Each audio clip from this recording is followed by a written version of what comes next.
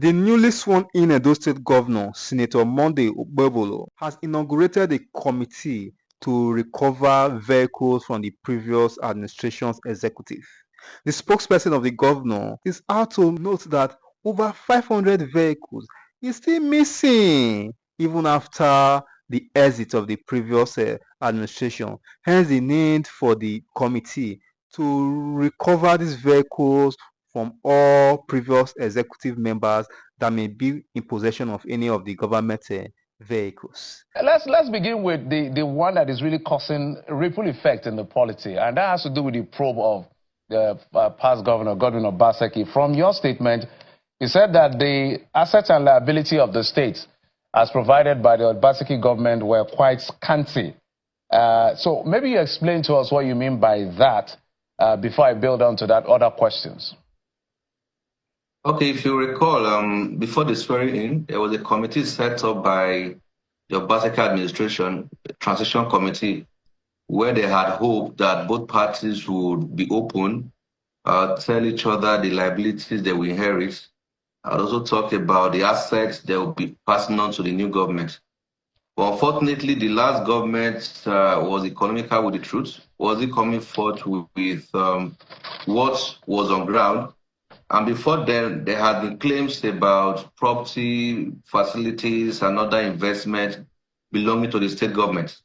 But as soon as the governor came on board, he still could not understand or decipher what was available, what was the liability. Nothing of such was handed over to him. So in order to stand on a good footing and start well without making serious mistakes, he needed to set up a committee that would verify the assets of the state, his stakes in different companies within and outside Nigeria, to also know what to tell those people to say, okay, this is what I inherited and this is what I plan to do. So that was what gave birth to that committee that will be inaugurated tomorrow. That's Tuesday by the governor at the government house. So during the inauguration, the terms of reference for the committee will be spelled out by the administration of what they plan to do. And from the name as well, you can tell that they need to verify what is on ground as against what was being peddled by the last Obaseki administration. So basically, that's what the committee plans to do. So, without prejudice to whatever is being, whatever is going to be the reference of this committee by the governor, what are the preliminary findings so far? Because I know some numbers were bandied around in the media. We understand about 200 vehicles, but you've only found 5 or so. So, in terms of monies, in terms of property and all of that, preliminary, what have you found as a government? So far, the committee set up to recover vehicles. As of this morning, from the findings that I made, they had recovered about 10 vehicles. And this conversation I had with the chairman of that committee, he said that the initial figure of 200 was understated, that there are almost 500 vehicles that are still missing. And that as of yesterday, they had traced about 21 of those vehicles to the house of a very top appointee of the last government. Another one, about 15, traced to the house of another. And in the coming days, they intend to legitimately recover these vehicles and other assets belonging to the state, so that people who are in government will have something to use to work on behalf of the people. As I speak, a key number of persons or key appointees of the new government do not have even basic vehicle to move around because nothing was inherited as when the governor took over about a fortnight ago. So it's quite a bad situation. We are hoping the committee would do more, recover the vehicles and other property belonging to the state that are being held in private hands, which ordinarily shouldn't have happened. So from the books you have looked at, we've talked about cars. We're going to go to other issues. We've talked about the cars. You've said now it's not 200 alone, it's about 500. We may probe that even further. Let's talk about the finances, which is the key to executing any form of project. We know for a fact, at least that is in open space, that the government is in debt to the tune of almost 500 billion naira because Edo State is about one of the highest in terms of external debts, besides the domestic debt that you have. So, but what did the government inherit in terms of the monies that they saw on ground in terms of liquidity? As of today, he's still looking at the books. If I tell you he inherited 5 billion or 10 billion, I may be economical with the truth. But what I know is that when he came aboard, what he saw or what he met on ground was very different from the picture that was painted in the media, that some form of Eldorado had been built in government. He's still looking at the books. He's still talking to permanent secretaries, other heads of government that served in the last administration to fully understand or have a grasp of what is on ground in terms of finances before certain pronouncement can be made. So as of now, I cannot, in clear terms, tell you what was inherited or what he met on ground in terms of finances. In the coming days, probably we'll have another conversation. I'll be more open and give you more straightforward answers without dancing around the bush as to the current finances of the state or where we stand in terms of the monies inherited and otherwise. The reason I'm going to dwell on that question for a bit.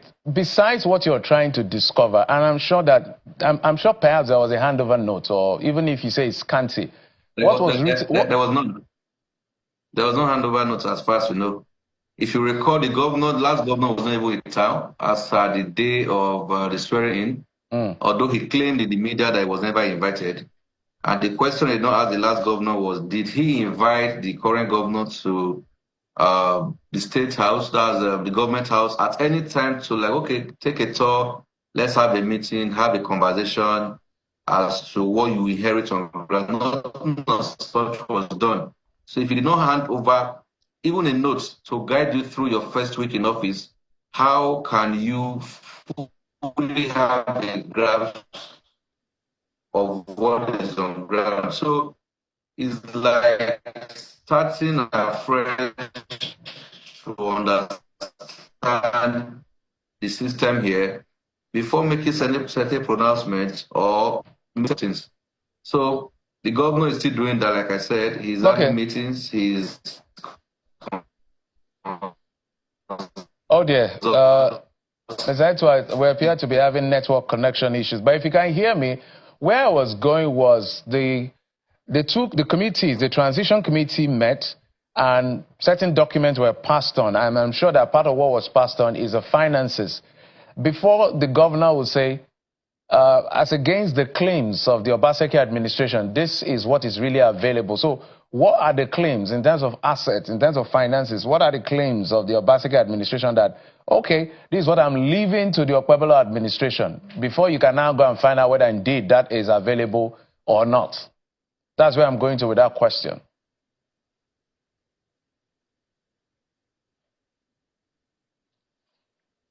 Okay. All right, Mr. Etwa, did you get my question? Yes, you did. Did you get my question, Mr. Etwa, if you're still there? Oh, dear. All right. So, the Chief Press Secretary to the Edo State Governor, Mr. Fred Itwa, is my guest, trying to look at some of the development as far as Edo governance is concerned. The governor just took over office barely 2 weeks ago. It was about 12th of November when he was sworn in as governor, and he's been taking some action, one of which he's setting up a committee, 14-man committee. They call it the State Asset Verification Committee, to probe the assets and liabilities of the previous administration and come up with a report and possible action against or the former administration. So, trying to find out a few details as to what they found out. Mr. Itwa, are you back now? Okay.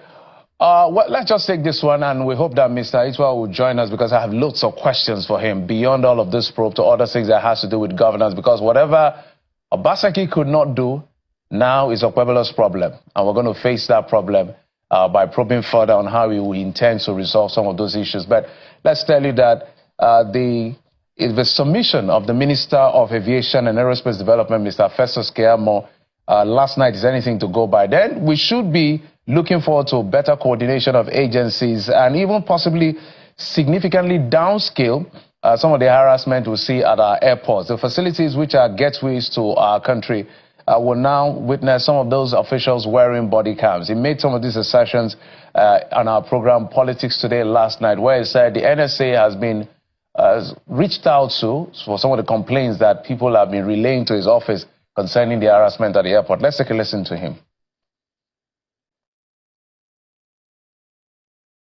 We have complained to the National Security Advisor on this because we are concerned about the harassment of Nigerians. Take note, it is not aviation. So people should not say, Keyamo, I see people tag me all the time, Keyamo, what you are doing. Somebody just asked for bribe for me. But it's somebody else on that agency. They tag me all the time. It's not me. It's not aviation.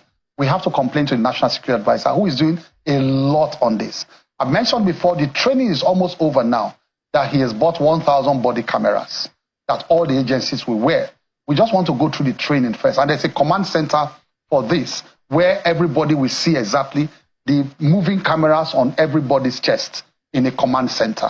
So we're almost through that. When that is done, it is the manner of operation we should be concerned about. I'll just tell you that the NDA just arrested a few days ago, and he has written to me, the chairman, on one airline, I won't mention the airline, a large dose of drugs that somebody brought in from that airline into Nigeria. These agencies can be at the airport, should be at the airports, but they should be out of view. They should have their cubicles, be inside. It is when you now suspect somebody, you pull him out and take him to a restricted zone and check the person. Customs are not skilled enough to detect drugs. Immigration, they are not skilled enough to detect drugs. EFCC, they are not skilled enough to detect drugs. NDL is not skilled enough to detect people who are laundering money. Okay? And on like that. They all have their areas of specialty. But it is the manner of operation we must question. And then the so-called multiple stops that they harass Nigerians, that we must reorganize in such a way that we must balance both the convenience of passengers and the need for security at our border. It's a delicate balance that we must achieve.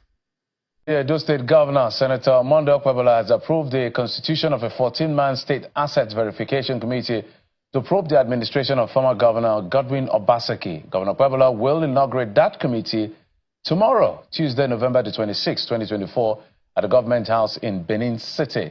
A statement issued by the Chief Press Secretary to the Governor, Fred Itwa, says that despite repeated calls for a more holistic database of the assets and liabilities of the previous administration, the Godwin Obaseki-led government came up with a very scanty and limited assets and liabilities of the state.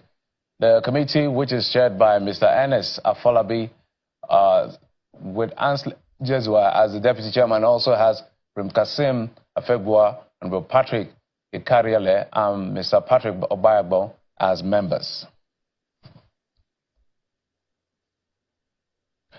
All right, that's the very conversation we will be having on the program. This new development, since he assumed office as governor, there has been several actions, either dissolving the board or stopping one thing or the other, just trying to reorganize the state for himself to make sure that he governs to the best of his ability. I'm talking about Senator Nnamdi Okpebolo, the governor of Edo State. Many pro-Obaseki supporters are now kicking against the new governor's move to retrieve these vehicles. They are still not happy with the manner the newly sworn-in governor emerged. They claim that the election was widely rigged against the wills of Edo people. PDP still believe today that the election was rigged against them by INEC. They are currently in court challenging the outcome. Many have said the current governor has just 6 months to serve as governor of Edo State. They are so confident that they will reclaim their mandate in the courts. However, let's see how it goes. If you are coming across my video for the first time, do well to like, subscribe and turn on your notification bell so that you'll be getting notification each time I drop similar videos of this nature, because we'll be bringing you updates as they happen in the political sphere.